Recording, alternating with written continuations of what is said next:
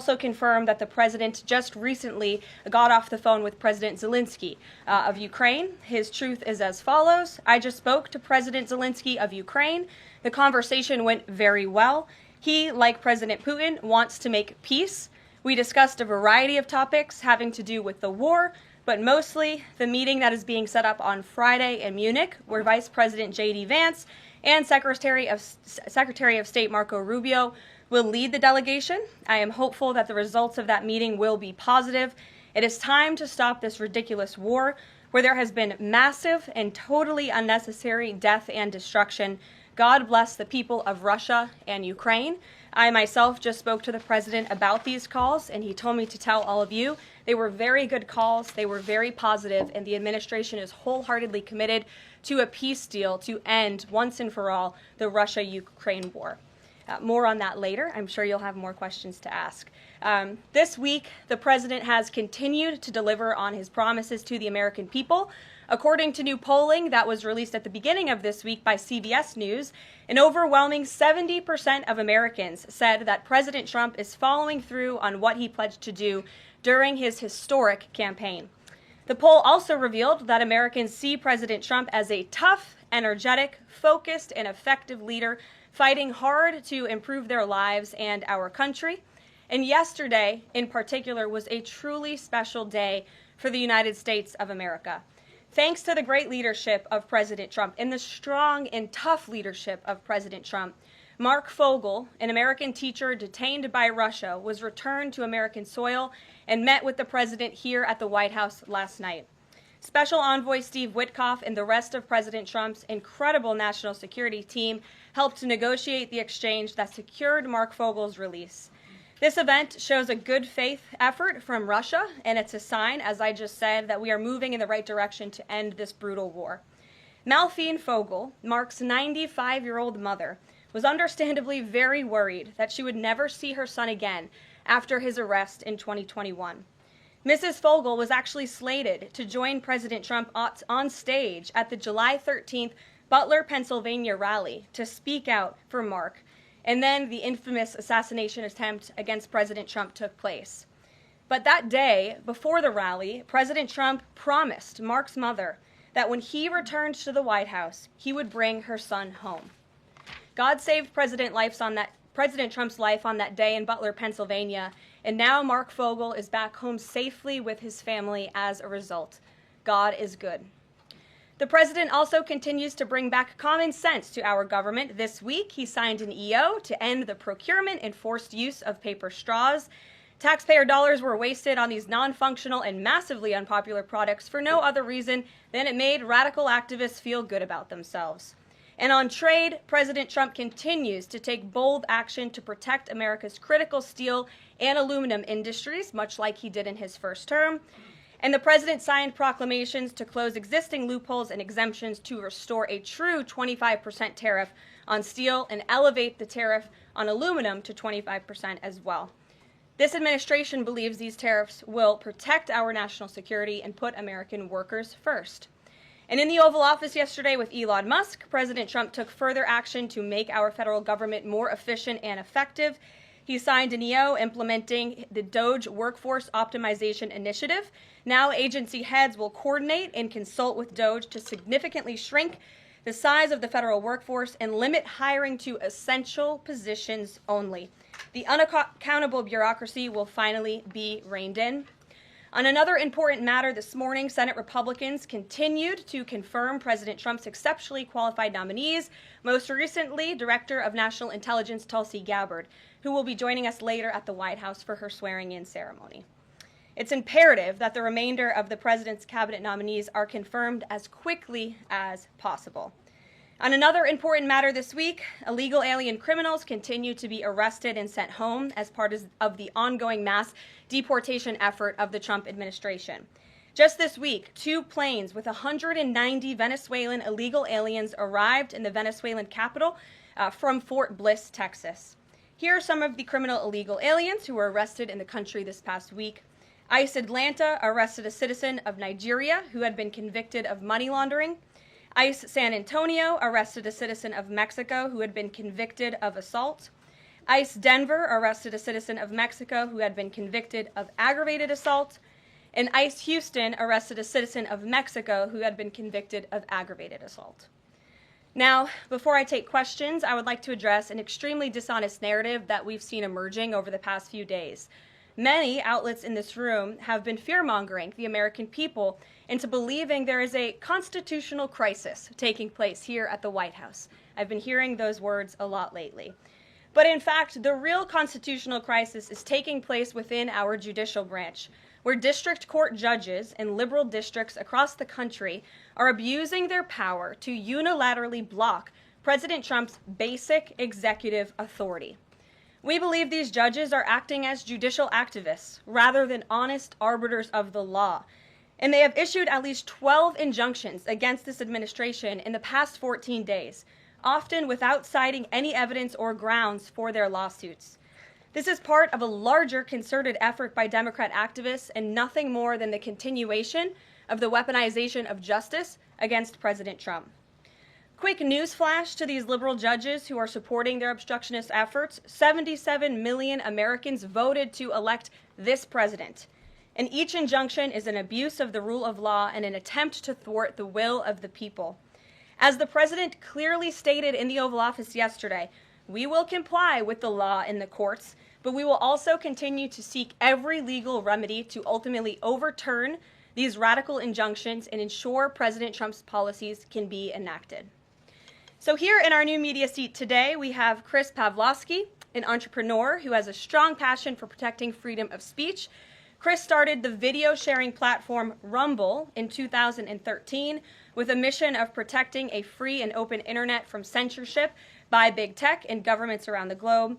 The platform has always been a place for independent creators to share their authentic opinions, and they have always included President Trump, in contrast to the way he was censored by other platforms in years past.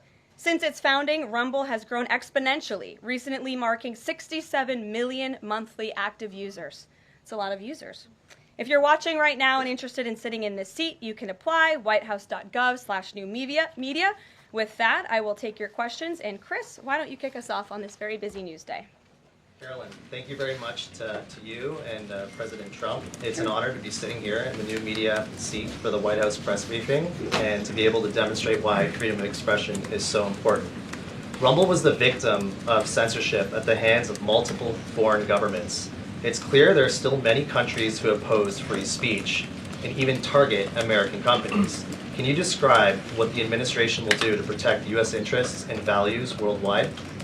Sure. Well, thanks for the very important question. And I think that free speech and ending censorship, both here at home and also abroad, is an important part of President Trump's agenda. I think first, President Trump has led by example on this front as the leader of the free world, the president of the United States, with his show of access and transparency on a daily basis. The president takes questions from all of you almost every single day and really reveals what he's thinking and feeling, and I think that serves as a great example to the rest of the world. As for tangible actions that the president has signed, he did sign an executive order, I believe on day one, certainly within the first week of this administration, to restore free speech and stop government-sponsored censorship here at home. And the EO made it very clear that federal employees are not allowed to engage in any activity that would infringe upon the American people's right of free expression. So I think the president has led quite strongly on this. And I would just add, this is part of the reason we have a new media seat, to invite new voices into this room. Again, we're going to need to expand this room because so many people are interested, and we're very excited about that. It's a privilege to cover this White House, but we want all voices to be heard. So thanks for being us with here, Chris, and I hope you enjoy the briefing. Sure. Jordan. Thanks, Caroline.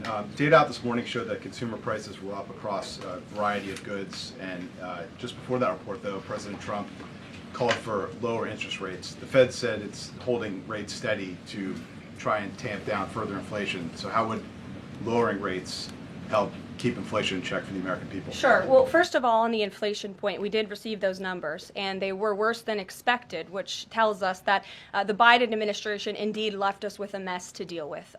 It's far worse than I think anybody anticipated because, unfortunately, the previous administration was not transparent in where the economy truly was. We know people at this very podium told the American people that inflation was transitory and that it would go away. That was not the case. And now the last report of the Biden administration, as revealed today, shows that inflation is still about 4.5% higher over the past 3 months.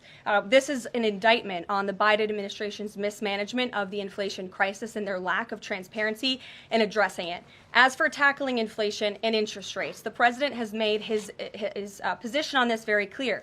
He wants interest rates to be lower, he wants inflation to be lower, and he believes that the whole of government economic approach that this administration is taking will result in lower inflation. I have said that from this podium many times. The president had record low interest rates and inflation rates in his first term. He believes that the economy can handle it and withstand it. And we're doing a lot to tackle the inflation effort on this front. It's a whole of government economic approach, and I've talked about what we're doing to tackle inflation quite a few times from this podium. What about the reciprocal tariffs? That's going to come before Prime Minister Modi's visit tomorrow. I do believe it will come before the Prime Minister's visit tomorrow, and I will let the President discuss the details on the reciprocal tariff front. But this is something he believes strongly in, and it's very simple logic as to why the President wants to impose reciprocal tariffs. It's the golden rule, which we all learned when we were growing up in school. Treat others the way you want to be treated, and far too many nations around this world have been ripping off the United States of America for far too long, and that's why the President believes this will be a great policy that will benefit American workers and improve our national security.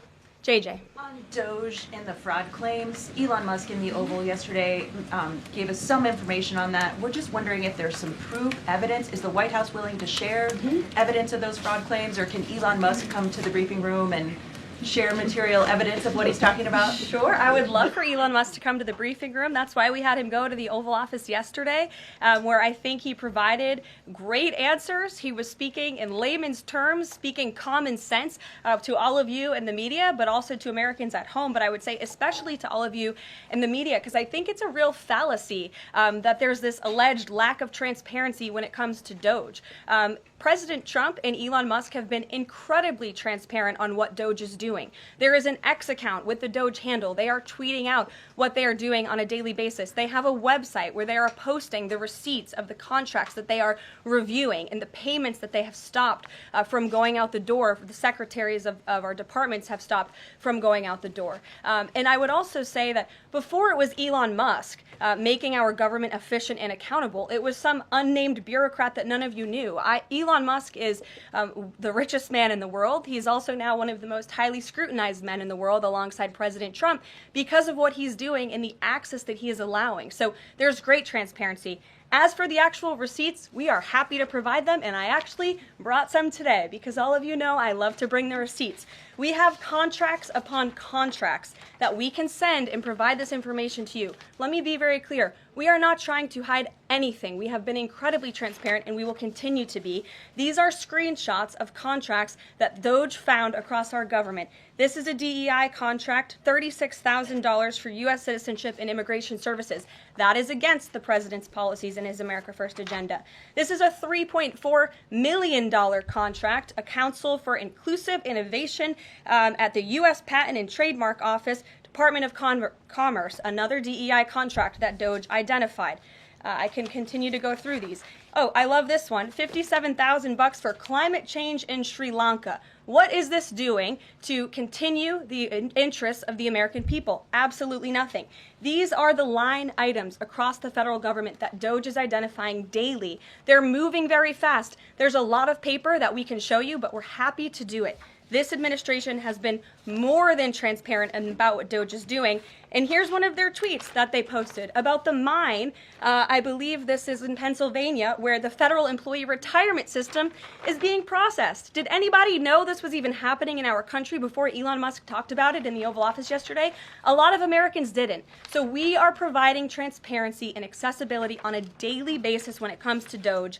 And I also have a Doge Daily Report, if anybody would like it, on all of the things that they are identifying and finding. We're happy to provide this information to you. We're talking about it every single day. Are all those things you just mentioned fraud, or are they waste, or are they just contrary to the president's policies? I would argue that all of these things are fraudulent, they are wasteful, and they are an abuse of the American taxpayer's dollar. This is not what the government should be spending money on. It's contrary to the president's priorities and agenda. And again, we can continue to provide you the receipts for all of the fraud, waste, and abuse. And if anybody in here wants to argue that the federal government is not fraudulent in some capacity, be my guest, because I think the American people watching at home would beg to differ. Caroline. Mary. Hey, more on the judges. Does the White House believe the courts have the authority to issue these nationwide injunctions? We believe that the injunctions that have been issued by these judges have no basis in the law and have no grounds, and we will, again, as the president said very clearly yesterday, comply with these orders, but it is the administration's position that we will ultimately be vindicated, and the president's executive actions that he took were completely within the law, they were constitutional, and we look forward to the day where he can continue to implement his agenda. And I would just add, it's our view that this is the continuation of the weaponization of justice that we have seen against President Trump. He fought it for 2 years on the campaign trail. It won't stop him now. Brian. Yes.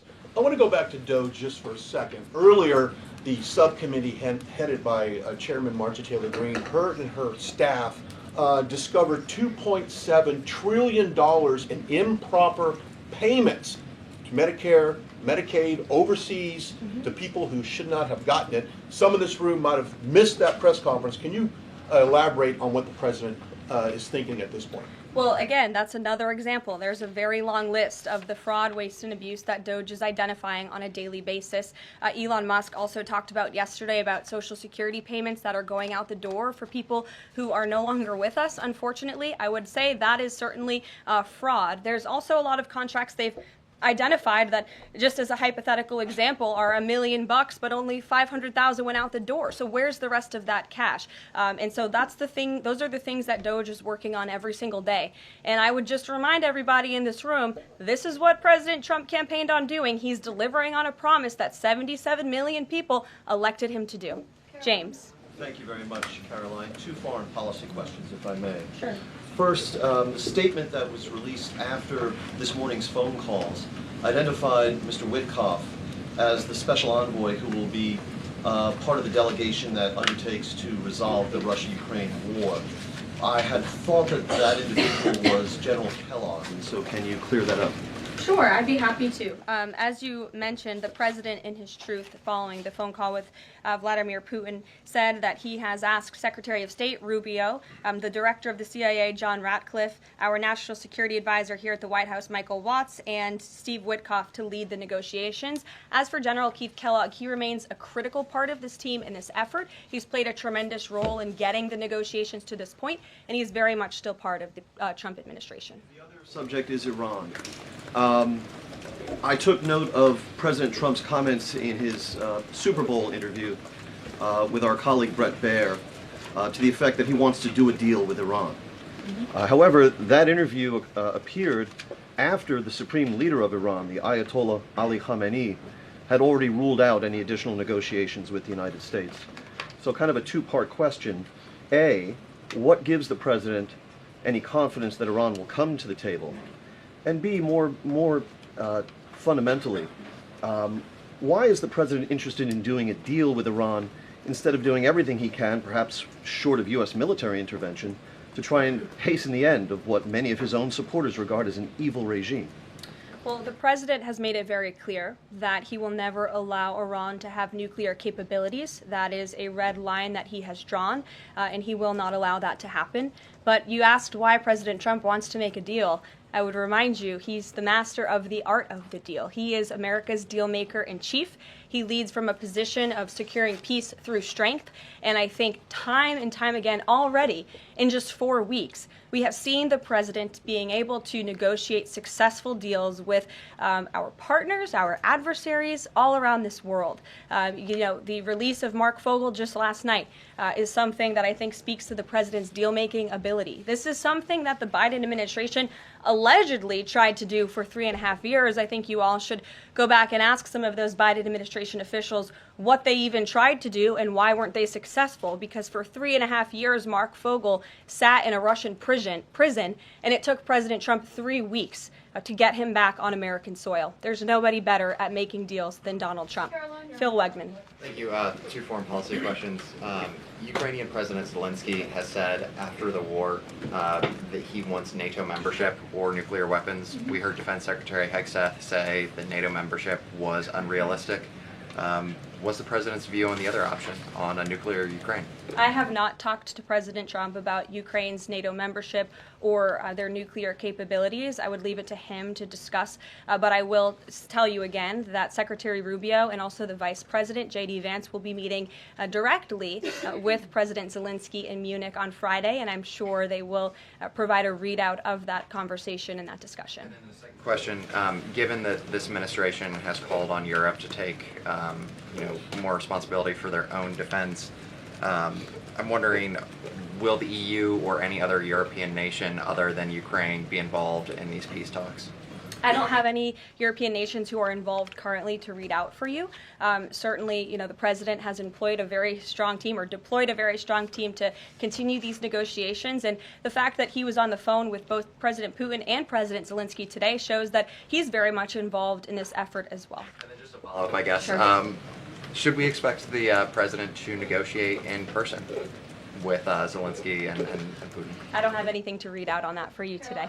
Maggie, good to see you. Thanks for taking the question. You talked about the transparency with Doge and Elon Musk's press availability yesterday. There is a conflict of interest law in place that says that people who have personal interests can't interact with government entities that could touch on those. Has President Trump signed a waiver for Elon Musk? Does such a thing exist? If it does, will you guys release it in the interest of transparency that he's committed to? I have not seen the law that you are referring to. What I can tell you is that Elon Musk, as I've confirmed before, is a special government employee. He is filing the proper financial disclosure, and he is complying with all applicable federal laws. As you also heard, Elon address this directly yesterday in the alleged conflict of interest, and he said everything he's doing is very public, and if you all perceive a conflict of interest, you're welcome to bring that up. And as the president said, if he feels like Elon is engaging in something that's a conflict of interest, he will tell Elon not to do that. And Elon also said yesterday that before he moves forward with anything, he consults with the President of the United States. So we're very confident with the ethics and the guardrails that have been put in place here. Caitlin. Thanks, Caroline. I have a few things for you, but on the commitment by President Trump, he said that he and President Putin agreed to visit each other's respective nations. Are there any preconditions that President Trump has that President Putin must do before he goes and meets with him, withdrawing some forces, withdrawing all forces, anything like that? Not that I'm aware of. That doesn't mean they don't exist, but I was just talking with the president in our national security team. I wasn't made aware of any conditions, but if they exist, I'm happy to provide those. And on the president himself, he styles himself as this master negotiator. He is now deploying these negotiations, saying that they start immediately. We did hear from the Defense Secretary, Pete Hegseth, though, today saying that NATO membership is not realistic for Ukraine and neither is returning to pre-2014 borders. Aren't they giving away bargaining chips before these negotiations have even started? Again, I haven't talked to the president about Ukraine's NATO membership, and he appointed several individuals to negotiate on his behalf. He's directly involved in these negotiations as well, and I'm sure if you ask him that question in the near future, when you're able to, he'll give you an answer. I just don't want to get ahead of him on it. And final thing for you, which White House official made the decision to bar the AP reporter from the Oval Office and the diplomatic reception room last night? Well, first of all, let me just set the record straight. It is a privilege to cover this White House. It's a privilege to be the White House press secretary. And nobody has the right to go into the Oval Office and ask the President of the United States questions. That's an invitation that is given. And there are hundreds of outlets on this campus, many of you in this room who don't have the privilege of being part of that pool every single day and getting to ask the President questions. We reserve the right to decide who gets to go into the Oval Oval Office, and you all have credentials to be here, including the Associated Press, who is in this briefing room today. But isn't it retaliatory in nature is the argument, because there's a reason that the AP was barred, which they said was because they're not using the phrase Gulf of America, they're using Gulf of Mexico in line with their standards. And so the question here is this setting a precedent that this White House will retaliate against reporters who don't use the language that you guys believe reporters should use? And how does that align with the First Amendment commitment that you were just talking about? I was very upfront in my briefing on day one that if we feel that there are lies being pushed by outlets in this room, we are going to hold those lies accountable. And it is a fact that the body of water off the coast of Louisiana is called the Gulf of America. And I'm not sure why news outlets don't want to call it that, but that is what it is. The Secretary of Interior has made that the official designation in the Geographical Identification Name Server. And Apple has recognized that, Google has recognized that, pretty much every other outlet in this room has recognized that body of water as the Gulf of America, and it's very important to this administration that we get that right, not just for people here at home, but also for the rest of the world. Sure. Thank you, Caroline. The prisoner exchange with Russia coming at the same time as the president is now announcing negotiations to end the war in Ukraine. The timing of that is hard to ignore. Was Ukraine discussed as part of this prisoner swap? I was not involved in those discussions, so I can't comment on whether that came up or not. What I can say is that this was a very good deal for the United States of America and for the rest of the world. As you know, we have confirmed that the Russian who will be returning home very soon, Alexander Vinnik, was a non-violent crypto criminal, and as part of this exchange, he has forfeited more than $100 million that he obtained in that illegal crime. And in exchange, of course, we got Mark Fogel, who is a middle school teacher who kissed the American soil, but kissed the ground last night when he returned to the United States of America. It was a great deal and a great day for our country, and I think everybody, regardless of political affiliation, agrees with that. And was Russia made aware ahead of time of the parameters that the administration and Secretary Hegseth was going to be announcing today? The NATO perimeters? Yes. I'm not sure. You'd have to ask Secretary Hegseth in the Defense Department on that, since he announced them. Jackie. Thank you, Caroline. Just to be clear, so when we're listening for a shift in position on U.S. policy, should we only listen to the president and maybe not the Secretary of Defense? Because what he outlined today would represent a shift in U.S. policy. I'm not saying that. I'm just saying I speak for the President of the United States behind this podium, and I will let him discuss that. Can you tell us any more about the next hostage releases? I understand another American's coming out today. Sure. I'm glad you asked. It speaks to President Trump's deal-making ability, and we can confirm the safe release of one American and two individuals from Belarus, one of whom worked for Radio Liberty. Out of respect for the privacy of these individuals, their request, we have no further details to announce on their identities, but we can confirm that one American was released today, and it's a remarkable victory on the heels of Mark Fogel returning to America last night. Anything on who the U.S. might be releasing in exchange? I don't have details on that at this moment. Anyone in exchange? I don't have details on that at this moment. I do know that these three individuals have been released and are on their way home to their respective countries. Ouija. Caroline, thank you so much. Can you explain how President Trump envisions the war in Russia and Ukraine coming to an end?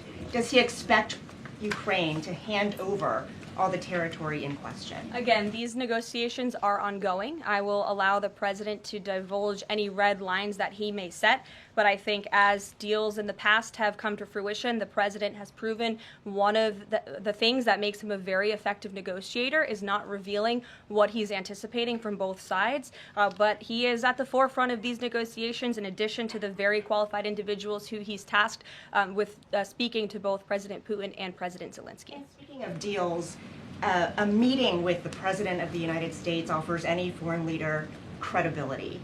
Was it part of the prisoner swap with Fogel that President Trump agreed to meet with Putin? Again, I was already asked this question. I said I was not made aware of that, but we can certainly get you an answer on that. I'll check in with the NSC. Sure, Monica. Thanks, Caroline.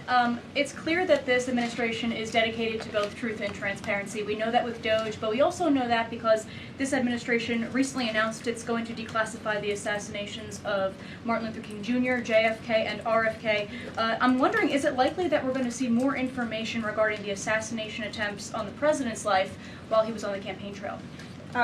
In regards to the assassination of the individuals you mentioned, President Trump signed that executive order directing the respective agencies to do it. I know that that process continues and is ongoing. He's committed to transparency and the declassification of these very important files that I think many Americans are not only interested in learning about, but also have the right to know about. As for the two heinous assassination attempts on the president's life, he's spoken to this publicly. I've spoken to him about it privately, and as he said publicly to all of you, he feels he has a right to know about further information about the individuals who tried to kill him, tried to take his life. And so, if and when we get that information, I'll leave it up to the president to decide whether or not he would like to reveal it. But I believe in the effort of transparency that we've seen consistently from this president, he certainly will. Daniel. Thanks, Caroline. I wanted to ask you about the $59 million that FEMA sent to New York City migrant hotels. Secretary Kristi Noem just put out a statement saying that she clawed back the full payment that FEMA activists unilaterally gave to NYC migrant hotels. She wrote, "Mark my words, there will not be a single penny spent that goes against the interest and safety of the American people." What does the response of the Trump administration send to any federal bureaucrats that are thinking about obstructing the president's agenda? They will be held accountable.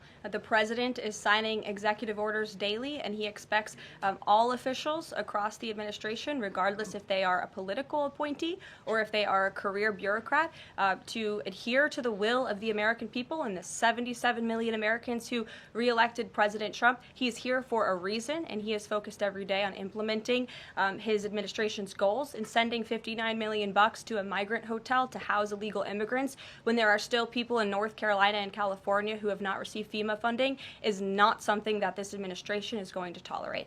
Deanna. Thank you so much, Caroline. One on New York and one on Russia, please. On New York City Comptroller Brad Lander is accusing DOJ of clawing back $80 million that was intended for New York City FEMA funding.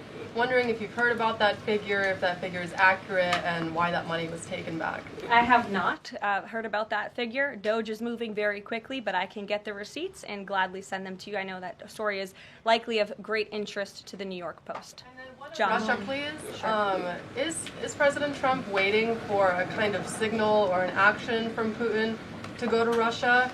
And would he be willing to go to Ukraine in the future? I don't have any decisions to make on the president's potential visit to Russia or any in-person meeting at this time. John. Caroline, two questions, one on foreign policy, one on domestic policy. Following up on the president's call that he had with President Putin, does the president view Russia, does he view President Putin as an ally, as a partner, as a competitor, or as an adversary? I believe this nation views Putin and Russia as a great competitor in the region, at times an adversary, but as the president has said as well, he enjoys having good diplomatic relationships with leaders around the world, finding that common ground, also calling them out when they are wrong, and leading from a position of peace through strength. That's the president's greatest strength, and we've seen that again, time and time again. And then, as you pointed out in your statement regarding the confirmation of Tulsi Gabbard, there was one Republican who voted against the nomination of Tulsi Gabbard. It was Senator Mitch McConnell. Similarly, how does the administration view Senator McConnell? Can he be a partner in the president's legislative agenda? Are you disappointed that he voted against not only Tulsi Gabbard, but also Pete Hegseth to be the defense secretary? I think we're greatly disappointed in any Republican who chooses willfully to vote against the president's exceptionally qualified cabinet nominees and picks to lead his America First administration. Not a single Democrat swayed from voting against President Biden's nominees, and we know how many of them turned out. They turned out to be atrocious at their jobs, leaving America much worse than they were when they took the oath of office. And so I've said it repeatedly from this podium. I addressed it at the beginning of my remarks. We expect all Republicans to vote, to stay tough and strong, vote for President Trump's nominees so we can get to work and continue to work very hard to implement this president's agenda. Sure. Thank you, Caroline. On South Korea is currently in a chaotic situation. How does the President Trump react to the current chaotic situation in South Korea? Secondly, if South Korea needs help from United States, what role do you think the U.S. will play? Sure. I haven't spoken to the president about the ongoing situation in South Korea. I would defer you to his previous statements. And I can also see if I can get you something new from the National Security Council, who I'm very confident the officials that are focused on South Korea are on this. I just haven't spoken to them about it, but I'm happy to provide that for you. Yes. Thank you, Caroline. Does Elon Musk have power of the presidency? Absolutely not. Right. I asked that question. I asked that question because, you know, the Democrats have been hurling insults at Elon Musk, hurling attacks, calling him President Musk. Most recently, Jamie Raskin, the congressman, took it a step further, calling for Musk's impeachment, saying that he somehow usurped the power of the presidency. What's your response? It's utterly ridiculous.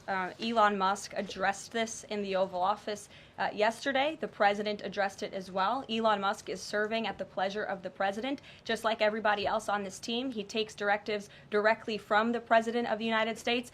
And I think some of the comments that you referred to are nothing more than a failed attempt from the media and from Democrats to try to sow division in this White House. We saw them do it in the first term. We're not going to let them do it in the second term. This is a unified team who is working at the pleasure of the president to do what's right for the American people. I have one more quick housekeeping note before I leave you all today. The president wanted me to share with all of you that he had a wonderful meeting with King Abdullah of Jordan yesterday.